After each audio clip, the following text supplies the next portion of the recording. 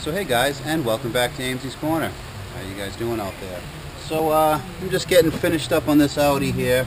I had to replace a coolant crossover pipe way in the back of the cylinder heads. I had to pull the whole intake off of that thing. But nah, it's all done. It's all done. Just a little bit of teething in the end. No big deal. No big deal. So yeah, we've just figured I'd give you guys a little update. We've had a few trouble cars come through here in the past week or so, and I haven't really had a chance to make any videos. It's just been balls to the wall, slammed, fixing cars, and we had some issues. We got a Honda here. Thing had a plugged EGR system. Had a weird misfire, but that kind of threw a curveball at us. A few other little things. Probably the worst thing that happened. We got this this Honda CR-V right here, which we bought off of one of our customers. They upgraded, and they weren't going to get a good deal on the trade-in, so we gave them a pretty decent deal. And we fixed it up, did everything we needed, everything we could find wrong with it, and we sold it to a customer who drove it. And unfortunately the radiator cracked, or something happened to the radiator. We don't know what exactly, and they kept driving it and driving it and driving it till it wouldn't run no more, you know, overheating, and warped the head big times. I think they only had it for like 10 hours or so, you know. But yeah, that's something that happened. But we ended up buying it back off of the people that bought it, because you know, you can't, we don't play that game. We ain't gonna say, oh, you overheated it, so screw you. That's not how we do it here at Approved. So we bought it back off of them, and I got to put a head gasket on that one next week. I got this Lincoln Zephyr right here. This thing here, it's pretty hot right now, and everyone wants their AC working.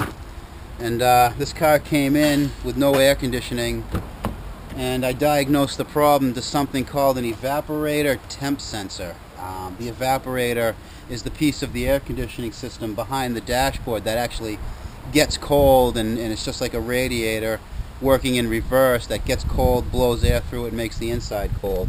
The trouble with these cars is they have a sensor on that evaporator to tell the PCM, or to tell the HVAC computer how cold that evaporator is and shut it off before it freezes. That sensor failed. This car's only got like 40,000 miles, kind of not a lot of miles for something like that to happen, but that temp sensor failed, and it's only like a $20 sensor from the dealer, not a big deal. The trouble is it attaches to the evaporator, and anybody that knows where an evaporator is knows it's way back behind the dashboard up against the firewall. So this is another huge project I got to get into next week. I got to pull this whole dashboard out of this late model Lincoln. I know I said in one of my older videos that I really like the interior layout on these cars. I didn't mean I wanted to take the interior apart on it, but we'll probably get a good video. We'll get some good video of me pulling that apart. We'll do a time lapse, and maybe a little more in depth, where I'll be inside the car and I won't have the shop radio playing, and we'll see how quick I can get that thing changed. And then another cool thing we got going on, we got this WRX right here. It's nice blue WRX. The common problem these things have is the head gaskets will leak onto the exhaust, leak coolant, leak oil, and just like clockwork, 110,000 miles or so. I mean, I don't know what this thing has for mileage, I'm going to guess, but we got to put some head gaskets in that this week. So that's probably actually going to be the other tech, Paul. Maybe I can get him to make a nice video with that. So we got some big stuff kicking around this week. Look at this trouble car. Look at this thing. It's like you fix one thing, and something else falls apart. It's like, are you freaking kidding me? But you guys hold on for a second. I can't let this go. And they just, I guess they just don't build them like they used to, huh? All the clips are broken. You guys can see it. You know.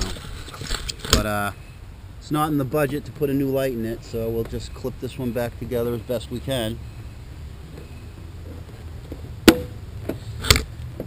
Awesome, boys, awesome. They're just breaking as quick as we can fix them. It's that there's what we call job security. Job security, boys.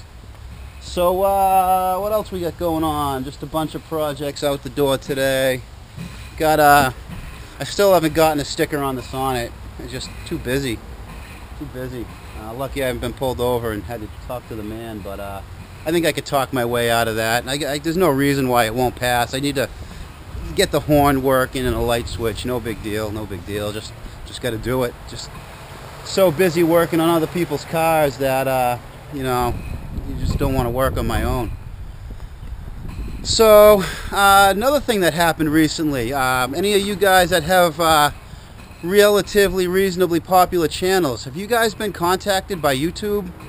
YouTube actually sent me an email for some feedback from me and one-on-one channel consultation from YouTube, which was kind of cool. I got an email saying they noticed a lot of growth, which I have to thank all of you guys for, and they asked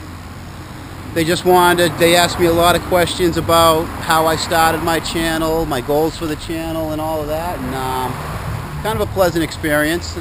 I'm interested in if any of you guys have been contacted by YouTube. Got the old Vet. You guys might remember this one. This is the one with the automatic transmission.